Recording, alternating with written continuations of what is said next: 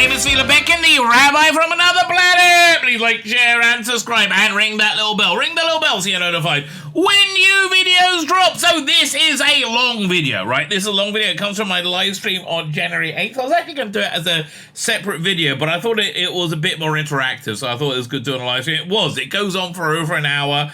It really goes in depth in several articles in this latest issue of Doctor Who magazine. I'm still kind of amazed that Doctor Who magazine just got better instantly. Like, just instantly. The same instant that David Tennant appeared on screen, it got better. I don't understand it, right? There should have been some kind of lag time, but no. It just got instantly better. Like the optimism. I think it was the optimism of Russell Davies, which we see a lot in this video, right? I know a lot of people out there are saying it's going to be awful. It's more of the same, more woke nonsense. And to define the word woke for you, I would say that's platforming of agenda on an existent successful on a property with an existent successful fan base to essentially re-educate people. They take a popular thing and they put these agenda items into it, and then they disguise it by putting several agenda items into it, most of which one would completely agree with. That black people are people too, women are good people too. Oh, people too. They could be good, they could be bad, right? Yeah, women are people too. That's one idea. And the other idea is, men can have babies. That sort of thing. And if you deny one, you deny all, and you get screamed at and told that you're an evil national socialist from the 1930s in Germany by people who very much resemble those self-same evil national socialists from the 1930s in Germany, right? That generally tends to happen. That's what I mean by woke, right? That's what I mean by woke. Look, it might be. I just think we are getting a perfect storm of awesome. Just the same, I think we got a perfect storm of awful for the last 5 years. I think we're getting a perfect storm of awesome. What's really, really exciting me is one of the ongoing messages of this video is how they're not going back. That's going to be on the thumbnail, because I think it's a brilliant quote. Of course, I quote. They're not going back. They're going forward, and that's really what they are. They the dream team. They got together. These are very seasoned professionals who learnt how to do TV a long time before they did Doctor Who. They're all at the top of their game, right? Doctor Who was the happiest time of their life. They all have I think a very strong bond. They've been there for each other through tragedies, through I'm trying to think of the English word. In the Jewish world, we say simcha, right? Celebrations. They've got a very strong bond, right? And they're all professionals, and they want to move forward. Something that's always impressed me about Nick Briggs, by the way, is that he has a constant desire to push forward his own storytelling, and I think real artists do that. Right? There's a lot of stuff that people hate that he did, which I love the balls of doing it. Right? There's this release of Big Finish called Creatures of Beauty. It's about $2-3. I really recommend it. It's told completely out of sequence. It's a fifth Doctor and Nyssa story, and it's really brilliant for the creative energy that Nick pushes with it, right? And I'm getting exactly the same feeling here. They're looking to push it forward. So this video we talk about how this happened, how Rusty Davies came back. We finish off that story, and how he brought everybody else back. And it's lovely. They may be lying. They may be absolutely lying, right? But I think they're putting together a very, very good face. I'm very excited about Shooting Guard. I know a lot of people they're like, well, he's a diversity hire. I don't think so, right? I think a diversity hire is somebody who's hired for their skin color, regardless of their aptitude for the job. I think Segun Akuninle, if I'm pronouncing it correctly, what the composer for The Whittaker was a diversity hire. I don't imagine he would have got an interviewer if he was white. I don't think it's his work being that sparkling or brilliant. In fact, I found it rather dour. It just did. I don't think it worked at all. But I think the reason he got the job is because he's black, right?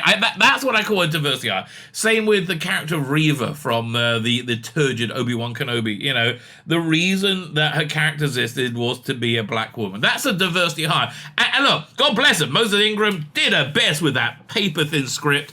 And there's nothing you could do with it, right? There's really nothing you could do with it at all, and it really generally didn't work. I don't think shooting's a diversity hire. I think they had a very clear idea. They wanted a non-white, good-looking actor, youngish, with good, washboard abs, right? I think that's exactly what they wanted. And they say in this video, "Oh, we saw everybody." Yeah, I know you did. You had to. It's part of your weirdo religion, but. You wanted that type of guy, and that's the type of guy you got, right? So, but you know, I think the person that he was the last person they saw is very, very encouraging. And universally, everybody who's seen him perform as a Doctor goes, "I have which we see in this video, right? I have never seen anybody do that with do that in Doctor Who before. I do that with the character Doctor Who, and yet it feels completely organically Doctor Who." So I was thinking about that a lot. And that's really a trait of great Doctor Who, right? Again, I'm just repeating stuff you're going to hear in a minute, right? You go, William Hartnell, Patrick Troughton, John Pertwee, Tom Baker. That applies to all of them. They all brought something that we've never seen, like takes on the Doctor that nobody had ever seen before, and yet completely authentically the Doctor. I think that's what we're getting from shooting as well. And just like the overwhelming joy of the people making it, I think is just bursting out. I think genuinely bursting out. I just think it's going to be a perfect storm of like fantastic stuff. I do think that Rusty Davies has is very loyal to his worldview, what he considers his people, right? I think he's very, very loyal to it, and I do think he wants to make life better for trans people, because I think it's been sold the narrative that trans people are under attack, which I don't think to be the case. But you know, again, we all have differing beliefs in the world, right? As long as you don't hit me over the head with them, fine. If you tell me a good story with them, fantastic, right? Fantastic. I didn't necessarily believe with the subtext of Happiness Patrol.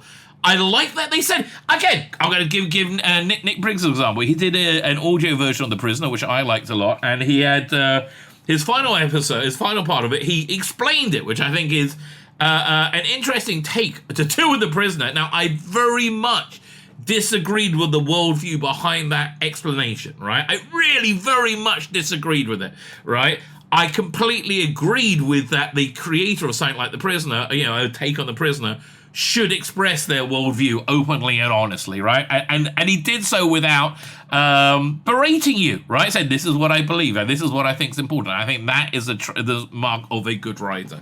So I think that's what we're going to get with the upcoming era of Doctor Who, and I'm very genuinely excited for it, right? I like that it feels a little bit too young for me as well. I think that's the sweet spot for Doctor Who. Anyway, so we're going to be going through all this. It's a long video, right? It goes on for well over an hour, right? Well over an hour. So sit down. It's actually very interesting as well, if I may say so. I do a pretty darn good job. Okay, like, share, subscribe. All those things are very good. I am very grateful for you doing all those things. I really am. I know I say that by rote. Yes, I do say it by rote, but the truth is I am grateful for you doing it. Thank you very much. If you haven't subscribed, if you consider hitting the subscribe button, that really genuinely helps me, right? Honestly, I'm grateful. Thank you very much. If you can share it, if you can like it, that's also great, right? Thank you very much. Comment, let me know what you think. Firstly, it shows the algorithms that somebody's here, and secondly, I'm interested in your opinion. I would always try and reply to comments. If I miss you, I am sorry. If your comment gets deleted by YouTube, that's the only person that deletes them. I never do, right? I think everybody should have the right to say whatever they want, and I have the right to respond, right? But I will never delete them. That's always YouTube. And if I miss it, I am sorry, and I'm very bad at replying to replies. Okay, I'm very bad. Don't expect that. If I do, you're doing pretty good. Anyway, like, share, subscribe, comment. Sign up my Substack in the email newsletter, my email newsletter in the video, not my email newsletter in the video. It's fine. Sign up my Substack, my email newsletter in the video notes. It's absolutely free, right? It's absolutely free. And look, people who signed up for it, they are saying they're experiencing superpowers. It's kind of like misfits. The people are saying that. Listen, I don't know if they're telling the truth, but you don't want to miss out, do you? Sign up for that. Follow me on Twitter. Follow me on Instagram. Maybe you got to do all that. Follow me on Twitter, Instagram. Subscribe and Substack, and then you might get access to the superpowers. Sign up my paid Substack. I am working on content for that this week because I am very bad at getting content out for that.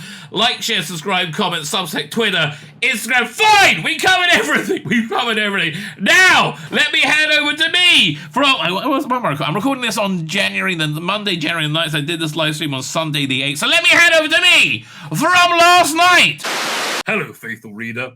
Where were we? Before Christmas interrupted, yes, I was telling you how this magazine itself brought about the new era of Doctor Who. Turns out it did, right? It's I genuinely think it was a factor. I think the watch-alongs were so insanely important, right? I think the watch-alongs really genuinely made a huge difference. Hang on a second, just take my jacket off. I think I really we're gonna read about it right now. Now I lost the window. One second, where am I? 1 second. To recap, Emily Cook got me, David Tennant, and Catherine Tate to join in with a tweet along. Thank you, Emily Cook. Right, you deserve applause just for that, right? And also, the watch-alongs were fantastic, right? Sorry about Paul Cornell, but the watch-alongs were fantastic. To join the tweet along during lockdown, it was such a good idea, right? Yeah, and this is why it's important to have young people around, because young people think in new ways, right? She's native to Twitter, right? She's native to that technology. I wouldn't be able to come up with a tweet along, right? I'm too old, but I think it was brilliant. I think it's absolutely fantastic. And that's why you always have to have young people around. And I think that's what Russell's really going for. I think that really invigorated him, like re-energized him in It's a Sin. Just having this wonderful cast of like talented young people. Hang on 1 second. What's that coming in? Voice messages. Can't listen to it. Text. I would have read. Anyway. So they're doing the tweet longs. Hey, let's make some new episodes, we said half jokingly. So I emailed the BBC, and now our story resumes. Okay, so that's basically what happened, right? So early 2021, time passes. So wait, when did It's a Sin come out? Right, because all the publicity around that is when he was starting to about doing Doctor Who again, right? 1 second, let's look this up. Right. Let's research properly. Over here. It's a Sin. 1 second. Drama series. There you go. What year did that come out? January 2021. Fine. That's when it all started. Like, yeah, okay, interesting. That is interesting because that's when it. Now I lost my bloody window. There I am. So that's when all this was going. That's when he first started talking about, oh, there should be a Doctor Who channel with the Nissa Adventures, right? That's when he said all that. So that's when he started talking. So early 2021, time passed. So he started talking right then. What's he going to do if they want to do new episodes? So he started thinking then. That'll be like November time, I think. So time passed. Every now and then, David or Catherine would text, any news? But to be blunt, it wasn't top of our list. None of us felt it. None of this felt real. Just an idle speculation. But then, ping, an email on 25th of March from Piers Wenger. Arsehole number one. I'm sorry, Piers. What an arsehole that you are, right? Piers Wenger, BBC director, asked me to have a Zoom with him and Charlotte Moore, Chief Content Officer of the BBC. Again, arsehole number two. The shit you two have put out. The unwatchable garbage. The culture war that you fucks have started. Right? right? That you burnt down. Now, yeah. Oh, it took you 3 fucking months to try and fix the shit you did with Doctor Who, you morons, right? Oh, God. Oh, Doctor Who is such a great place editorially. What a moron. So he's having a meeting. The title basically means big boss. I thought. So either way, they want me to bring back Howard's Way, or this could be very, very interesting. So he's intrigued, right? This is interesting. So the Zoom happened, and things were said, and frankly, no one would trust me at work if they thought every word was going to end up on this page. But I love the honesty. Yeah, okay. This is what they said. Doctor Who's in the shit, right? We're cancelling it. There's nothing we can do with it. Like, we blew it up. It's had its day, right? Here's what we would want to do, but it's in the shit. Our stunning and brave plans all failed, but they didn't say it that way because they can't say they're wrong ever. Oh, God. But more importantly, I cannot tell you what's said because we talked about things yet to see. Plans that are still unfurling, ideas that have not even begun. But the point is, fans sometimes wonder from outside the organization how much the BBC loves the show. I'm not sure love is the right word, right? It's the BBC. What's the word? What am I looking for? Compelled? Not compelled. Are legally obligated. That's what I'm looking for. Are legally obligated to keep Doctor Who afloat, to keep the high stakes financial property of Doctor Who afloat. Right?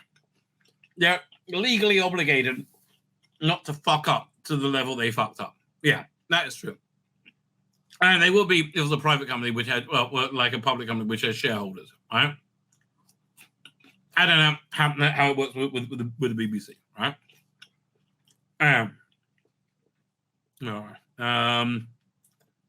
Okay, plans for them. But the point is, fans wonder from outside the organisation how much the BBC loves the show. And old worry about the show that's been utterly supported in a primetime slot since 2005. Not so much through the Capaldi years. Let's be fair. All right. They did coast somewhat during the Capaldi years, right? It was all over the place. It really wasn't looked after at all. It didn't feel like the BBC liked it that much. All right. I think he might have been too white and male for the BBC at that time. All right. That's what I'm thinking. By the right people. By the right people, no. It was exhilarating, inspiring, and crucially fun. All right. One part of the discussion is now widely known. Right. One part of them is now widely known. They wanted to partner up with the streaming platform. Yeah, look, again, he was talking about this in January, right? It should be like one of those tap panels on Disney Plus. That's exactly what he said. That was the BBC's idea. Well, obviously, they thought they wanted to do. No. Oh, by the way, we want to somehow monetize this incredibly valuable property we just took a shit on for the last 5 years. It turns out, after destroying the brand, it's much harder to monetize, right? But ideally, if it wasn't destroyed, yeah, we would want to sell it to a streaming service, yeah. We would want the mouse sucking our dick. Yeah, that's what we would want. Yes, I understand. That's what you would want. All right, I understand that.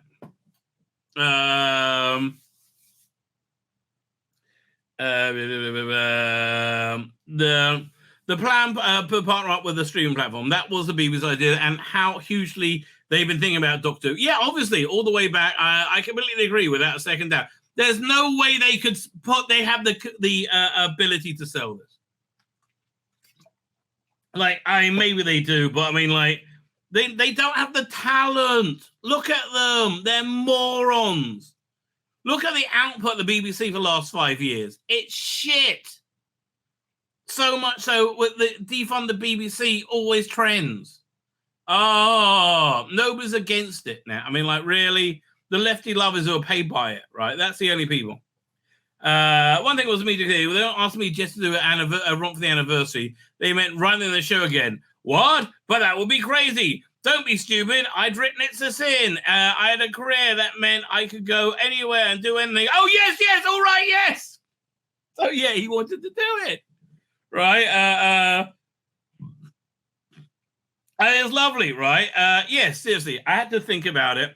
There were obvious doubts with everyone lining up to say, can lightning strike twice? Yes, if you stand in the middle of the storm holding up a bloody great big lightning rod, oh, yes, it can. I kind of feel that you're right. You hire the right people. And look, you seem to be doing, I understand. You know, I said in my last couple of streams, they clearly wanted a non-white, good-looking younger guy, right? They clearly, obviously, that's what they wanted, right? But I reckon they got a good one. Right, yeah, like of their criteria, right? I think she was going to be awesome. I think it was going to go to, was it Sadie El Fiad? But in truth, as I considered, and you will find how Bad Wolf came aboard. And here we are now. Where was it? It looks like we missed. Oh, yeah, I thought so.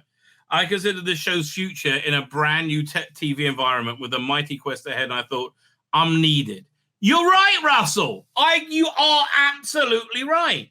You are needed, right? I don't know anybody else who could really do that. I mean, Moffat maybe, right? I don't know. Who else is out there who could really do something like this? That's been successful. I don't know. I really don't know. It's what really? I mean, Dave Filoni maybe, but again, they've done a lot of shit as well, right? But yeah, you are needed. I think it's like you're a person with this unique skill set that also you're the fashionable identity as well. You're everything, right? You're absolutely everything for them.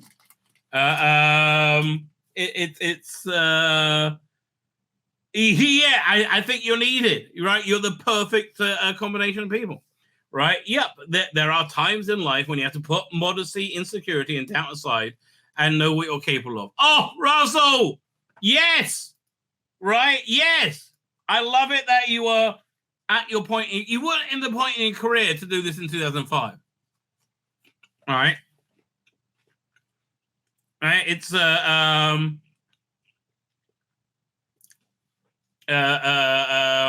I don't think he was in his career at any point in his career in 2005. But yeah, but not on your own. I needed a team. I needed help. I needed the absolute best and dovetailing beautifully, like we designed it. It turned to page 28 of this issue. That's what we're going to do, and you'll find out how Bad Wolf came on board. And here we are now, and that's skipping over 5,000 problems and rehearsals and victories, all of which you can chisel into anecdotes over the years to come.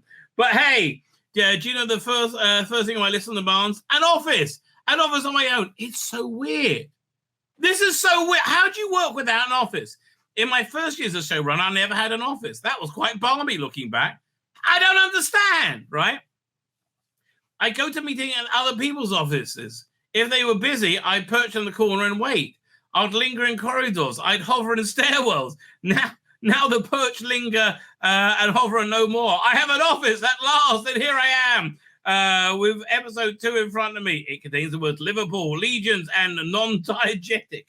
And a studio that's thumbing and humming and about to start one of the most important shoots in Doctor Who's history. So well done, Emily. Thank you. Let's go. Yeah, wonderful. It's a wonderful piece, right? Honestly, you just get a feeling. Millie Gibson says this about this. Like, she got the call for the interview on her last day of Corrie, right? Last day filming Corrie. So she said it felt like fate, right? It does to me as well. It feels like all the pieces are just like fit together. Speaking of pieces fit together, bit of Millie Gibson, darling. There you go. Right, here, 1 second. Let's just start with this for a second. I told you about Hot and Milfy. What the hell? Okay. Let's compare that Okay, Julie Gardner, roughly. Okay, but 1 second. Stop screen. To this.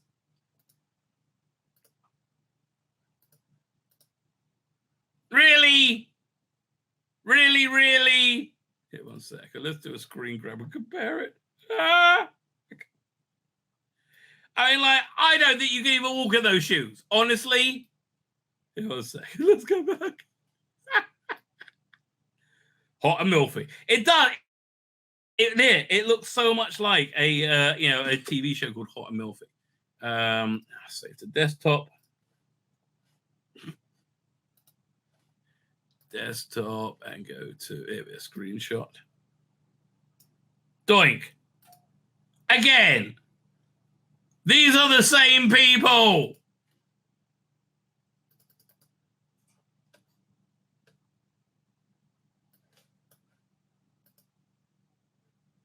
I mean, vaguely, but come on. I don't know. I don't think you can walk in those shoes. All right? I don't think you can walk in those shoes. They're crazy. Look at them. No human being. And that's not a diss. No human being can. And oh my God. Why would I like it looks like those jeans were sprayed on. It looks agony, right? You don't look comfortable. You look much happier here, right? I feel much better about you over here. Like you genuinely look like a happy person here. Here you look like you're squeezed into hell. I mean, you look fantastic, don't be wrong, but like that's a much happier Julie Gardner. And I like people being happy. 1 second.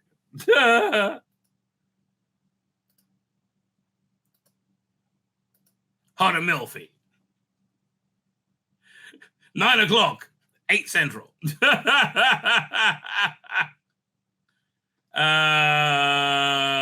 by Ben Cook. I know a lot of you don't like Ben Cook. I don't like Ben Cook. Unfortunately, he writes the stuff that we like, and I want to read this, right? I'm not boycotting it for Ben Cook. I'm sorry. It'll make him feel too good about himself. He was like, oh yeah, I feel good about me. It began in the summer of 2003. They were talking about the Beeb, Doctor Who, and Disney, Tennant and Tate Gutwa, and a classic film from 68. Did they confirm? Because I didn't finish reading this yet. Did they confirm the Celestial Toymaker? That'll be good. That would be good. It began in the summer of 2000. At the summer of 2003 ended. Back then, Jane Tranter was the controller of BBC drama commissioning. There are so many jobs and different titles I do not understand. All right. 1 second. That September, Lorraine Hegarty, the controller of BBC One, officially commissioned Russell D. Davies, a sought-after writer, fresh off a string of hits, and Julie Gardner, BBC Wales' new head of drama, to revive our very favorite show. And they did a fantastic job, right? In January 2004, Phil Collinson came on board to produce. And again, I just really liked how happy they all were together, right? And that did exude through the production. I'm not just saying it now as it's coming back. If you watch during the watch-alongs, right? Like I when I did the watch-alongs with them, it was so happy. It was a very happy time. And boy, wouldn't it be great in this sea of misery that somehow by November we're in a happy time? That would be awesome, right? That would be super awesome, right?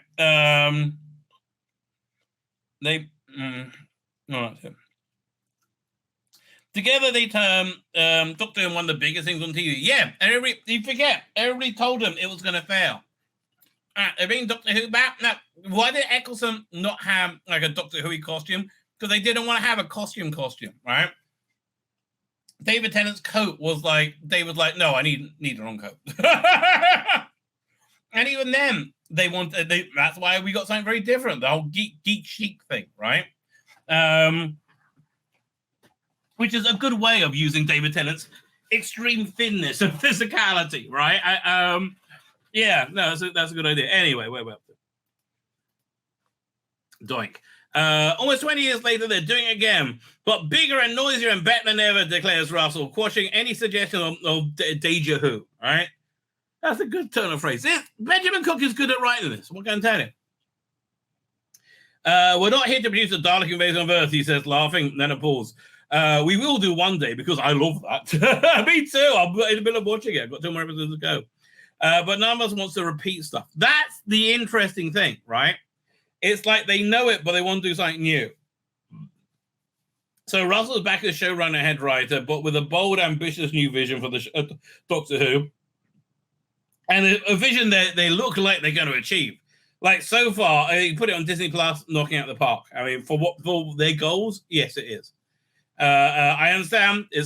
Disney Plus is a very bad news for a lot of people. We do not like their weird sexual agenda, right?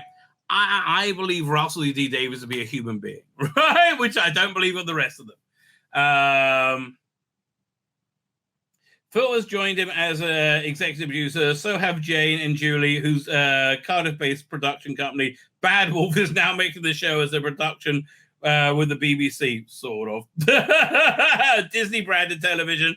And get this, 3-hour-long special starring David Tennant as the 14th Doctor, unashamedly. Again, I don't think these smiles were like particularly faked. I mean, yeah, obviously they're posing, but listen, whoever the photographer was did a very good job. Oh, and Milfy. No, Wednesday's 9 o'clock. It's like 2 hot Hollywood producers who have to solve crimes at night. Damn, hot and Milfy. I love that little smirk you got there, David. But Catherine replied, "Let's do it." And 5 days later, David said he'd do it in a heartbeat. Wait, did I miss a page? What's going on here? Feels like I missed a page. I did miss a page. I got too busy reading Hot and Milfy. I want to say not reading, acting out. Hot and Milfy. Don't even turn on by the knees there, Julie. Let me tell you. Russell told us a couple of issues back, and Catherine Taylor's Donna Noble will explode on the screens in November 2023 before Ncuti Gatwa and Millie Gibson make their debut as the 15th Doctor and Ruby Sunday on the full special airing around the festive period. They won't say when. I don't think it's going to be... Here's what I really would like them to do. I think this is the best compromise. Launch it on iPlayer on the same and Disney Plus on the same day, right? It could be December 1st, right? Like that first weekend or whatever. But then hold it for the normie audience on BBC TV, right? I actually don't think putting on iPlayer will dent the audience numbers, right? I think it might actually increase it, right? And people are like, oh, let's watch that. I think they should really experiment with that. That's actually not a bad idea. I wonder if they'll do that. Now, will I remember to go back and find this video when I'm inevitably prove right? Probably not. Where are we up to?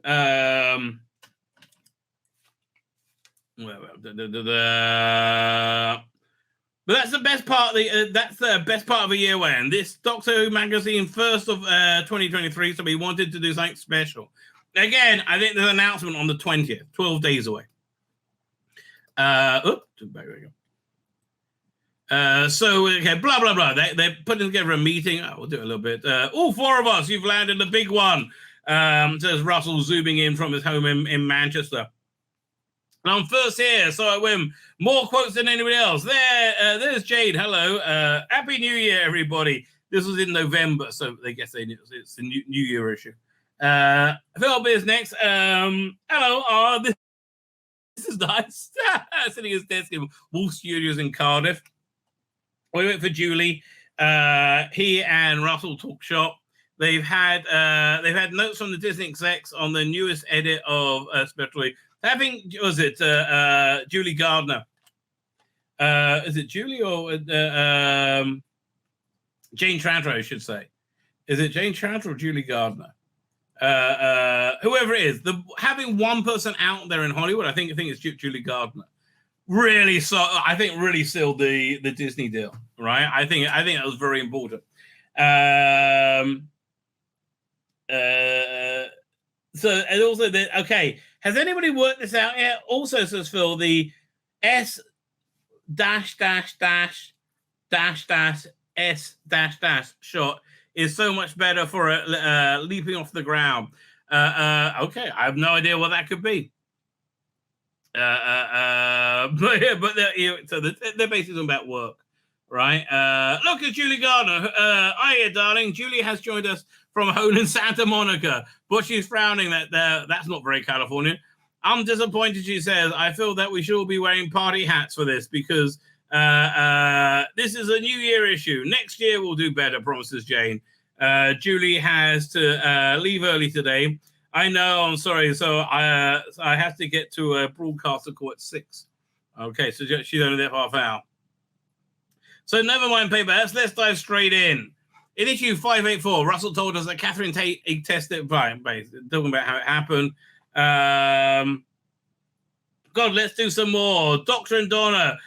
He didn't really mean it though, did he? Jane, he definitely meant it. Russell, you think so? That's interesting. I do like that banter. But Catherine Tate replied, let's do it. And 5 days later, David said he would do it in a heartbeat. Who do we need to speak to? Come together. Let's get the old band back together again. Russell says, and now look, the band is back together again. When did the rest of you get an inkling? So this I found really interesting, right? So Jane Tranter says, I knew before that. Russell, do you remember you gave a really good speech to the BBC's Rider Room Wales Festival on December 9th, 2019? I actually do remember that, right? I covered that, as I recall, about a week or so later, right? I do remember that. And we chatted backstage before you went on, and you started on about Doctor Who in a different way. I don't think you like what was happening, Russell. That was the rumor going on. I don't think you like what was happening. So it must have been, Flux just happened. And I don't think you were happy. Right? Why would you do it like this and this and this? And you were talking and it was like you were laying out your vision. And I thought, is he? You never said you were, but I always remember that moment. I thought, Russell David might do Doctor Who again. I didn't know how, I didn't know when, but but that's when I knew. Ooh, interesting. I think other people knew before I did. Yeah, you know.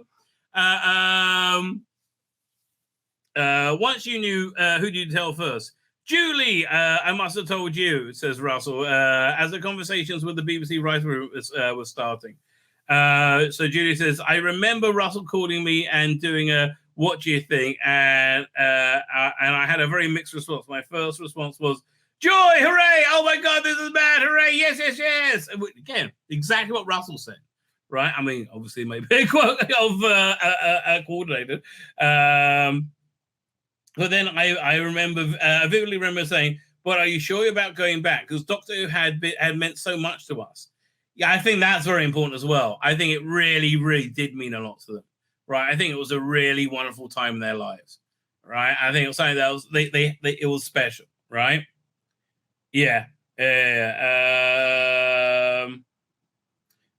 because Doctor Who had meant so much to us. You know, outside of work, it had it meant so much to us outside of work. It was more. Do you want to go back emotionally? That was the thing, right? Yeah, I do hear that.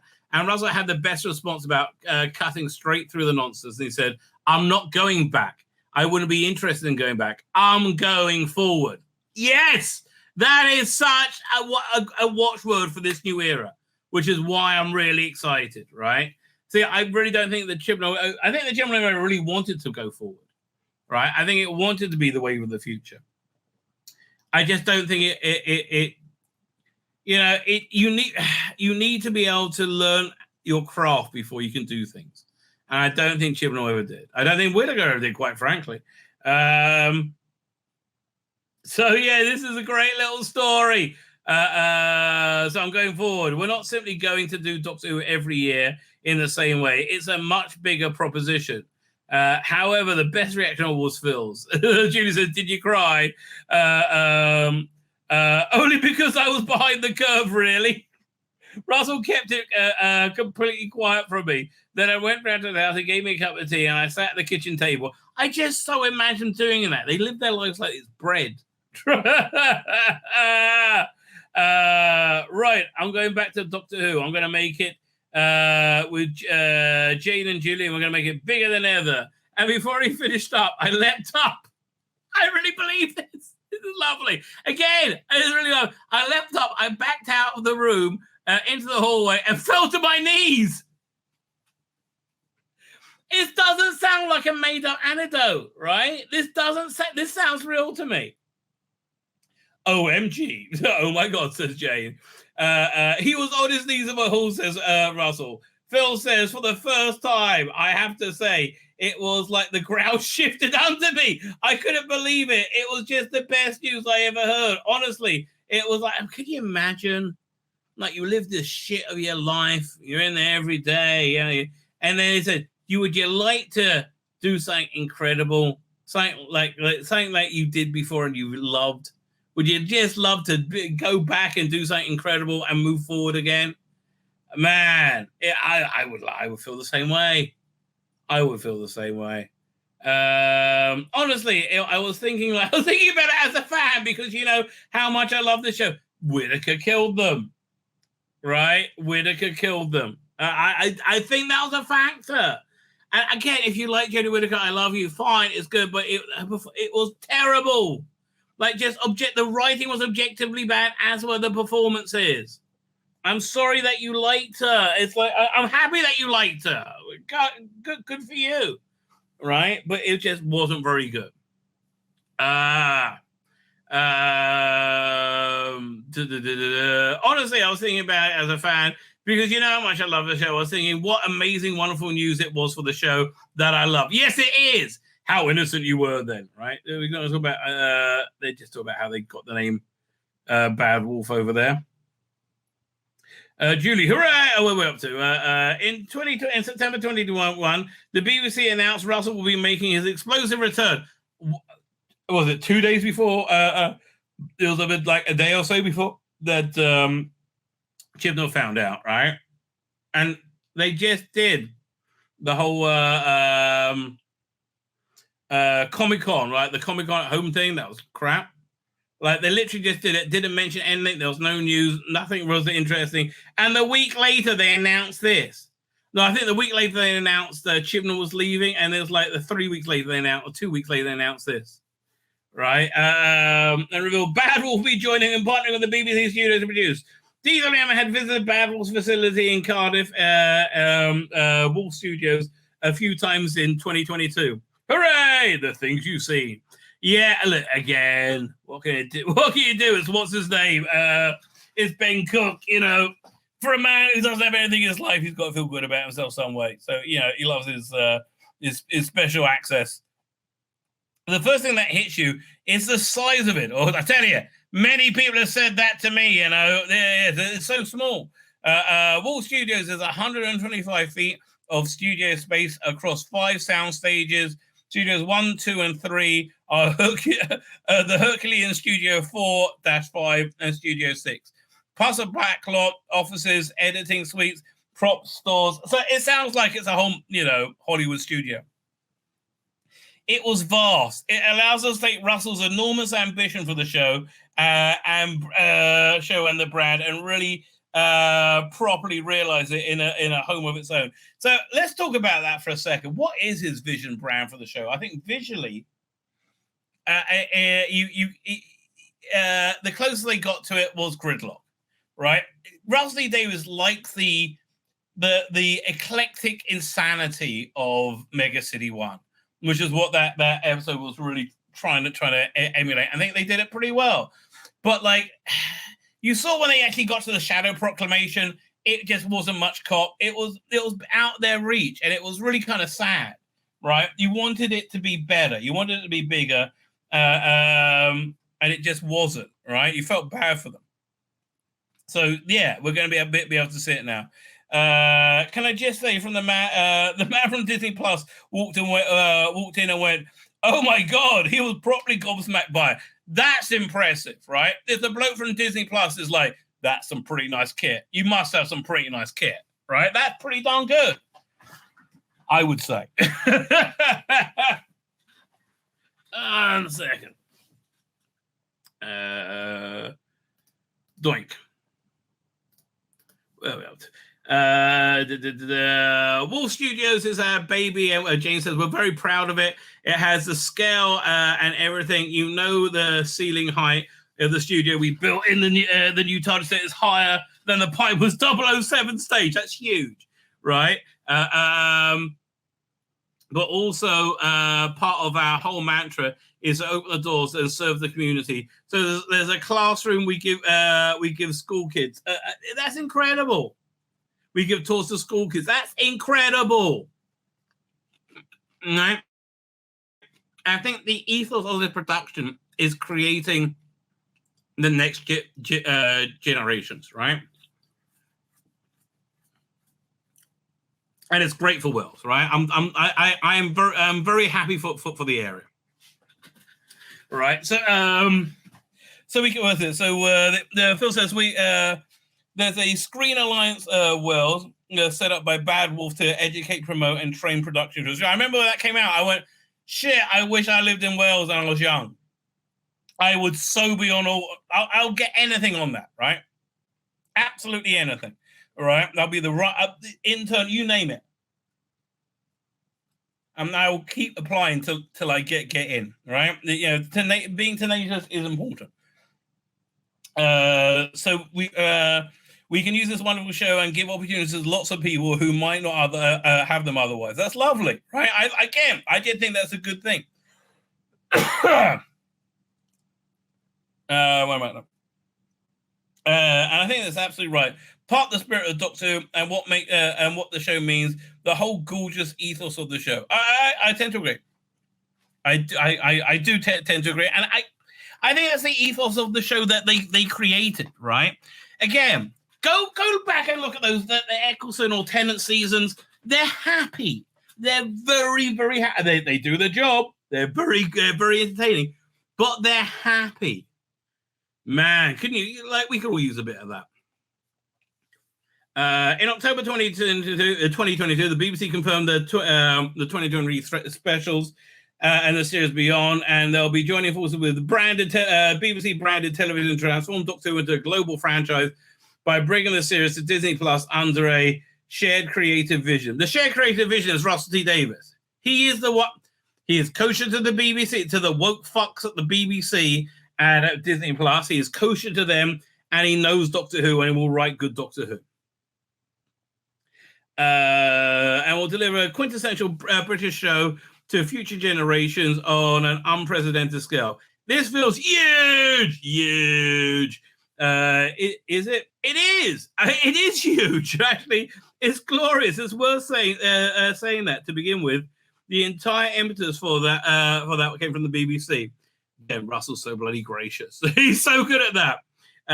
It was their next future for Doctor Who, and they had no idea how to do it. Right? They decided that before we came aboard. That's absolutely right. I know that's what they wanted. Hi, can you make this incredibly the thing that was incredibly successful before we pissed all over it successful again, and can we make money from it? Yeah, okay. That sounds fine. So from November 23, BBC will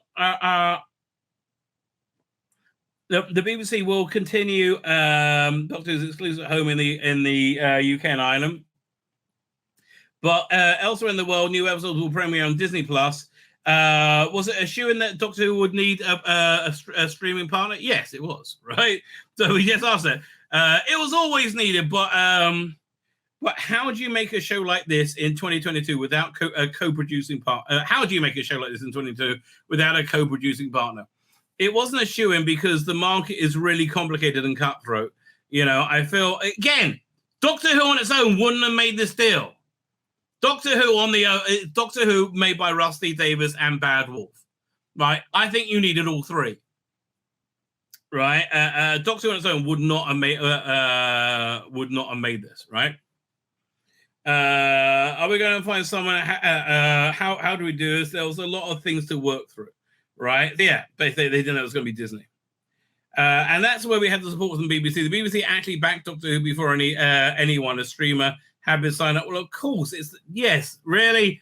The BBC backed the thing that would make them lots of money if it became popular again after they took a shit on it. That's what drew us in. The BBC's commitment to make the series come hell or high water. Yeah, and they're going to make shit and make it even worse and go on forever. Thank you, Russell. I think this is a public service that you've done for us, Russell. I really do. Our task was to find a partner who understood both the particularity of Doctor Who, but also that particularity could resonate across the world. How that particularity could resonate across the world, and do that without ruining that particularity. Right? That's an interesting way of looking at it. That there's a uniqueness that can resonate universally. They're saying, and Disney Plus, they were the best in class. So I guess they shopped it around. What's magic numbers? There's been lots of speculation. Oh yeah, 5. So this isn't talking about the budget, right? Will Doctor Who be getting a bigger budget? Yes, but not the reported budget. Is that worth saying? I think it's really, really worth saying. I'd like us to say this. The press is saying it's 10 million per episode, so that's not true. That's been exaggerated. If that were the budget, I'll be speaking to you from my base on the moon. That's not the budget. And I worry that misinformation may create false expectations. Nonetheless, we have a lovely, handsome budget that we're very happy with and we're proceeding with. James Randa says, it's really good budget, but we're not Game of Thrones or Rings of Power. Well, Game of Thrones uses its money well. Those dragons look freaking awesome, didn't they? Still says, I still spend 75% of my day in meetings trying to work out how many monsters we can afford and how we can make it look like we got twice as many. I know, and you're so good at it, Phil. You're so good at it. You really did us proud. How good we can make it look twice as many. How can we revamp this set and reuse this? And how do we make these massive, ambitious, brilliant, gorgeous scripts and make them absolutely the best we possibly can for the money we've got? Which is what Variety Lambert was doing in 63. It's always a show that reaches beyond its means and pushes every creative person. Dalek Invasion Earth is a real good example of that. I love this that picture of Verity. And that's a good example of Disney notes. They sent us a note on one of episode's shooter's first episode. Said the opening isn't as much fun as the other episodes. It was a great note. So I've written a new opening, an expensive new opening, says Phil, and it's broken over his back. But we had this all the time in his initial run. It's broken over his back, but it's absolutely worth doing. It's brilliant. Readers, you just wait. This is exactly the attitude in 2005, 6, 7. This is exactly the attitude they had first time round. I remember this very, very well. And I think this is why we were so enthused and loved it so much. One of the reasons, anyway. Some Doctor Who magazine readers may be wondering how this collaboration with the BBC and Disney will affect the tone and content of the show. They'll be anxious that Doctor Who doesn't lose its individuality. It's not going to. Or its brilliantness or the off-sided, indefinable magic. How can we be sure that it'll be Doctor Who that we know and love? Okay. It's such a softball for Russell, but it was loved very well. What can I tell you? Julie says, I'll say the 3 answers of that. Number 1, Russell. Number 2, T. Number 3, Davis. That's probably true. Yeah, I'm sorry. I shouldn't have said that. I like that I like his belief in his own ability. Right? It's very important for something this size. But number 1 is Russell. Disney Plus is buying into his vision, and Russell's vision is very, very clear. It's very British. It's everything your readers will want it to be. The second thing is the BBC. The BBC owned Doctor Who, and the huge strength of Doctor Who for the Disney. Huge strength of Doctor Who for Disney Plus is the title having a known brand. That's a commitment from the BBC in terms of UK funding. Yeah, so it looks like a win-win for everybody. That's very, very appealing. And the third thing is Bad Wolf. We understand that the show, we understand the show to be, and how we're able to look. They know it. I mean, look, they're not like.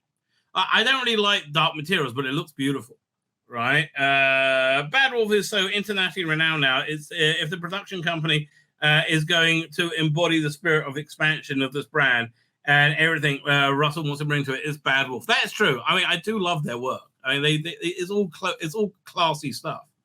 The fittest way they arrived in the industry and taken it by storm. So Doctor Who couldn't be in a better place. Russell adds, and I want to say, because Julia's too modest is sitting there in on the Zoom, you got the industry executives of Succession. I love Succession. If you haven't seen it, it's really awesome. You should really give it a try. And industry and the Night of and his Dark Materials. It's not a bad place to start, and Disney Plus know that and respect that, and we're in a good position. We're happy, and I know people are naturally worried about the American producers having notes on things. Well, don't be. They're giving us excellent notes. Well, they're giving us some good examples so far. What can I tell you? It's a very good publicity tour, this. But it sounds authentic to me, right? It sounds authentic like it did the first time, right? Okay. I'm here to tell you. You haven't watched drama on British television in 20 years that hasn't had American notes on it. Everything is a co-production. What's the credits? Your favorite dramas have American co-producers. That's probably true. Okay, Tobias Vaughan, Maverick Chen. Yellow face, black face. I'm going with blackface. And it's really, really completely normal. If you want more reassurance, let me just tell you, we're about to transmit the words Maverick Chen on television for the first time in 60. Oh, that's the villain, right? Since 66. So I guess Maverick 10 isn't Neil Patrick Harris. Well, it would be great if they had Maverick 10 in it. Man, that'd be crazy. It's absolutely the same show, which they weren't clear on the first time round, right? The first time round, they were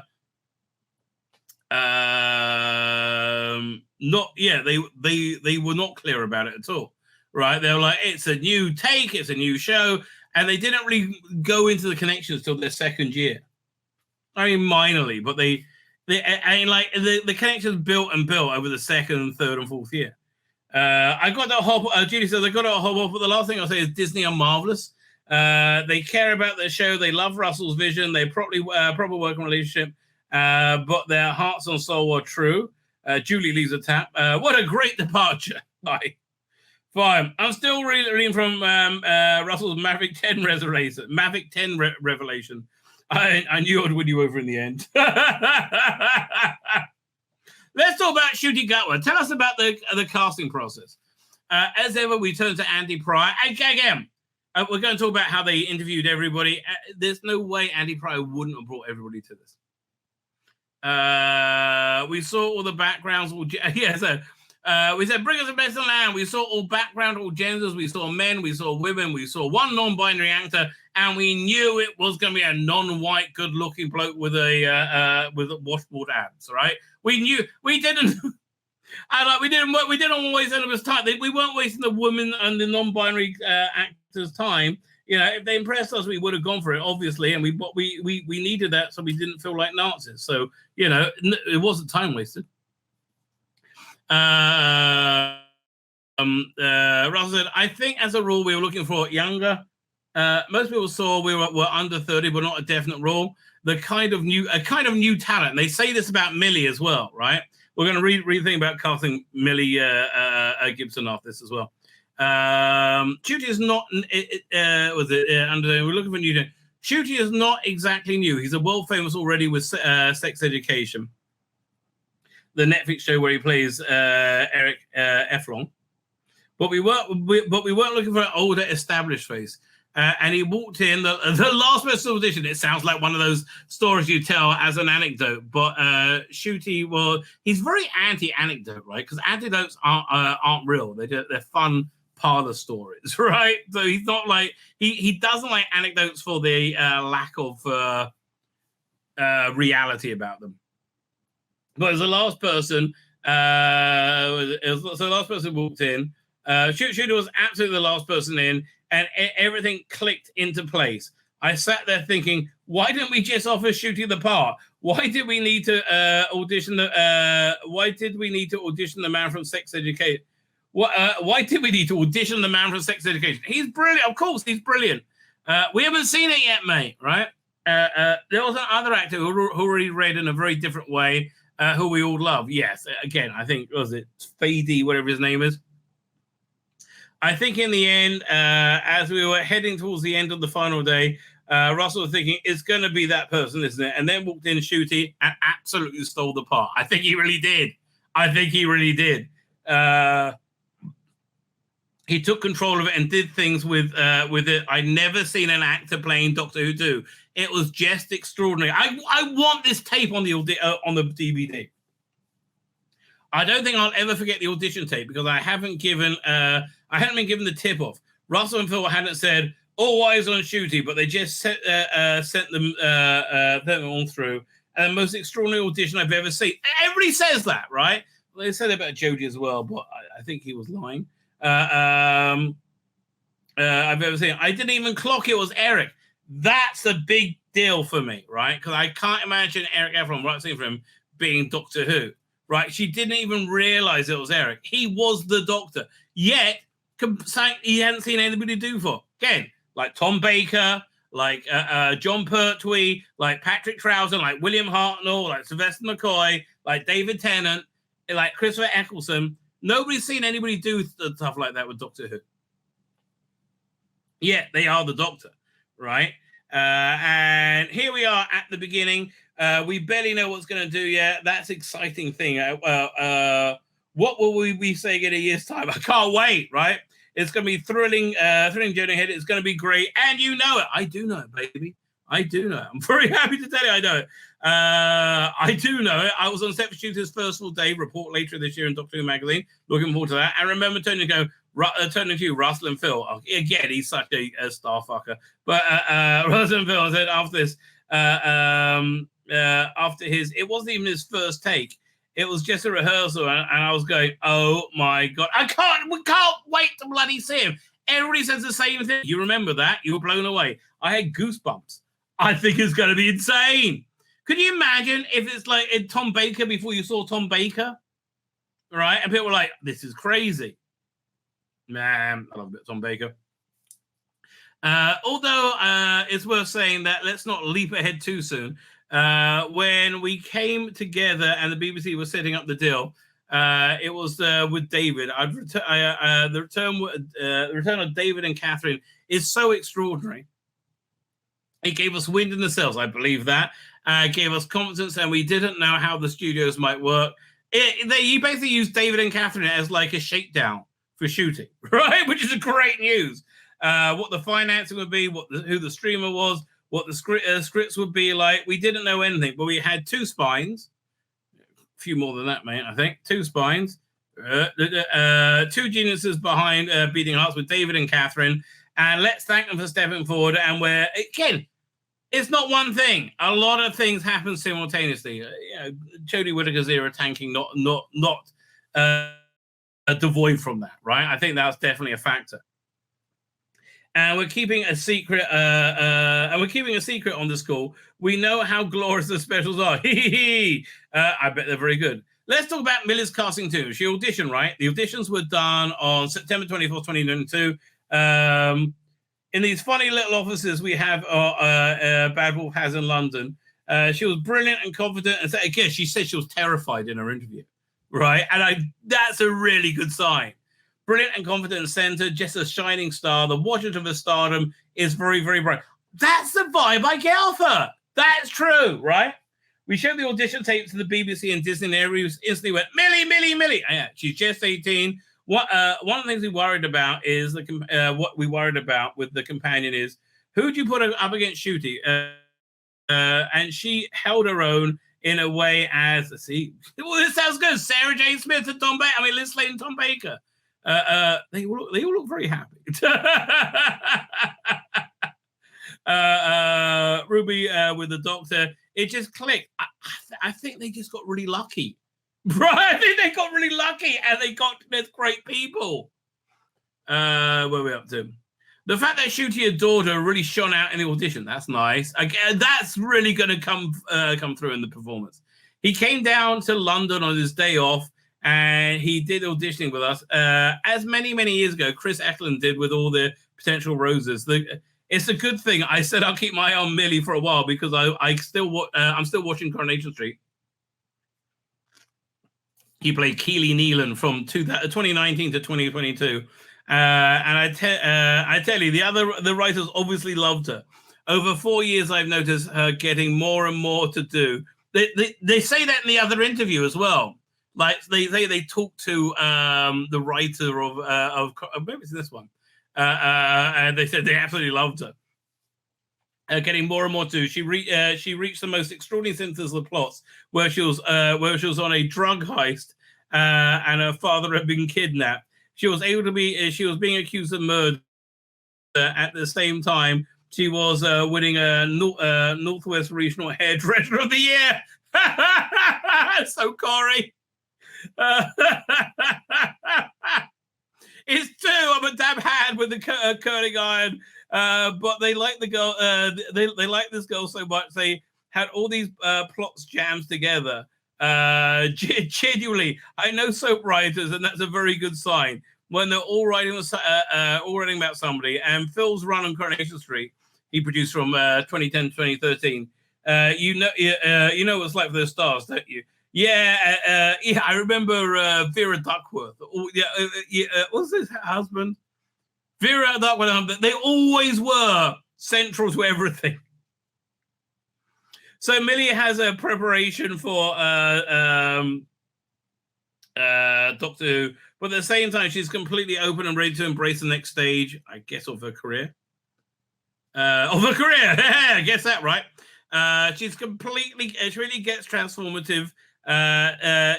She really gets how transformative she is. So she's smart.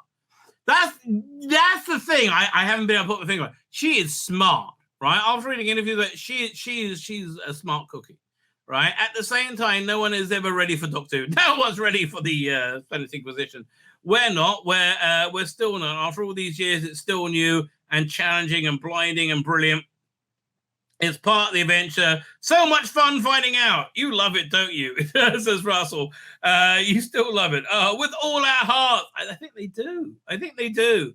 I'll tell you what, so do the BBC. He's a good schmoozer. Is Russell T. Davis. Good schmoozer. After all these years, let's talk about how much the BBC loves the show and stuff is completely dedicated. People like Luke Spillane on the socials, and Manic Lawson in marketing, and Joe on publicity. I love how he knows everybody's name. And Vanessa on marketing. They absolutely adore the show and so versed in it and so excited by it. When you see there's a new companion, let's announce on Children's These. They're not phased. They're so behind it. That's like, I tell you, you got to get the Blu-rays of Red Dwarf where they talk about making of season 1, right? Nobody was enthused and behind them at all. Imagine the opposite of that for Red Dwarf. Every couple of decades, when are we coming back next? Every couple of decades, please, Nemesis Comet. Hey, says Russell E. Davis. Phil says, where the Halley's Comet Doctor Who, put that on the cover. Why you guys don't have the cover with that wonderful picture? I guess Millie was around. I was also wondering, all this is a far cry from filming the 2005 series in a shed in Newport. How does it feel looking back after all these years? To Doink. Lost my place. It was like it was written and stuff.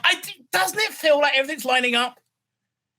It does to me anyway, right? It really. What's this? Get rid of that. It really feels like everything's lining up.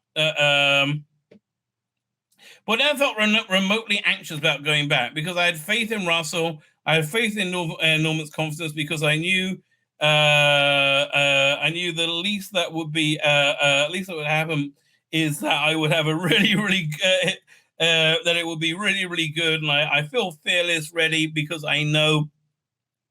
So I know it will be really good again. I think. Listen, it's hard to get lightning to strike twice. I mean, they use that analogy, but like, it's all about assembling the right people and knowing what you're doing. I guess, yeah, there's the element of luck, but so far, to me, I don't know. It seems like it's going to be very good. Again, look, this is a promotional piece. This is a PR piece. Totally, like, but this is the sort of PR pieces we had from 2005 to 2010, right? It's if they're lying the right thing at the very least, which you haven't had for years.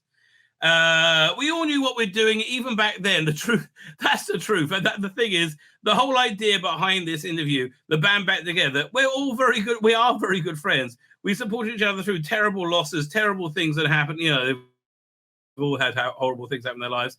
Now, we've been to funerals of partners. We've also had great meals together and great laughs. This is a great bond between us. And they're also professionals. This is their job. They're just good at it as well. Which are forged by the Doctor Who. It's never gone. I love these people. I'm so happy we be working with them again. That really is the overwhelming vibe of this, isn't it?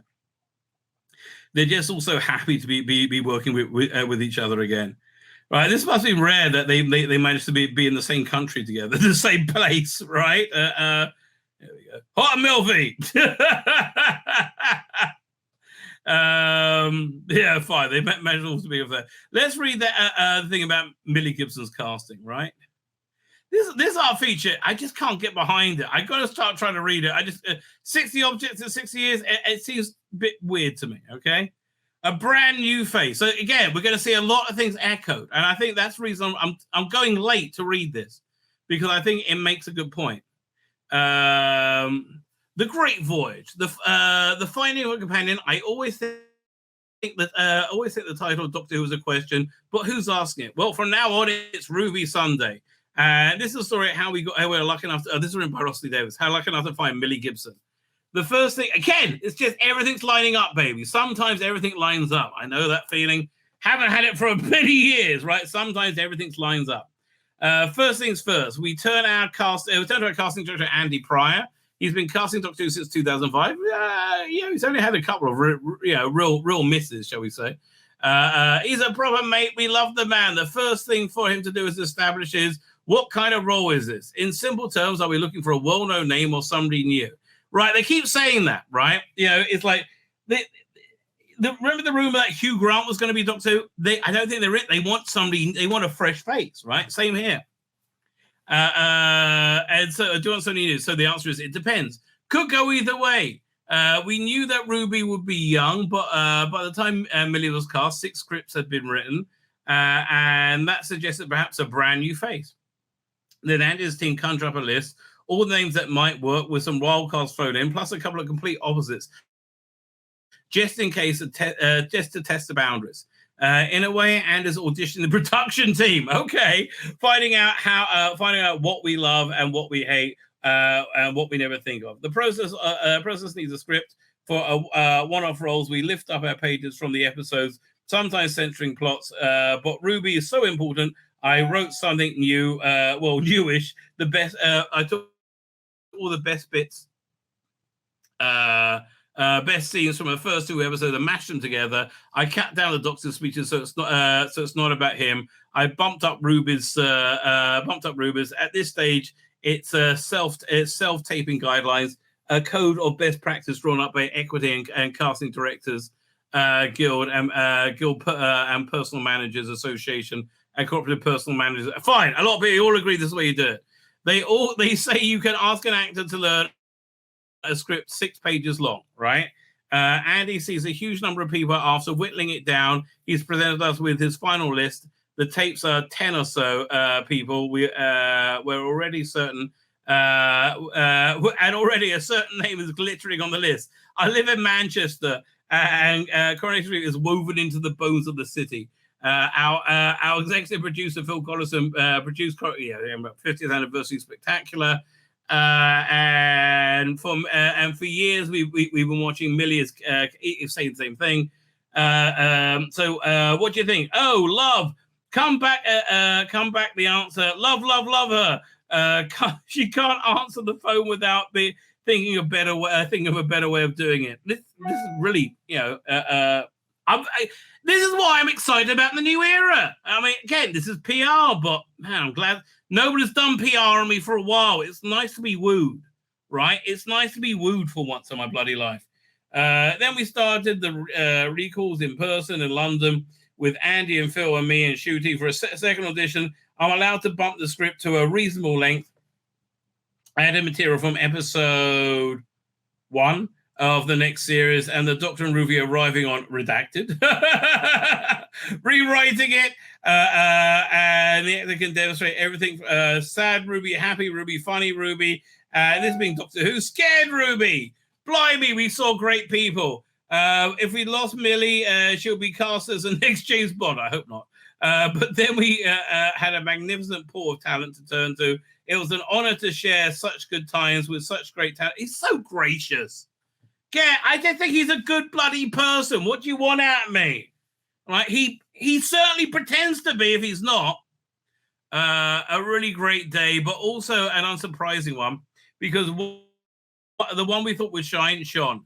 By chance, the audition was the day after Kelly's final appearance on Coronation Street. Millie walked off screen on Friday and into her audition on Saturday.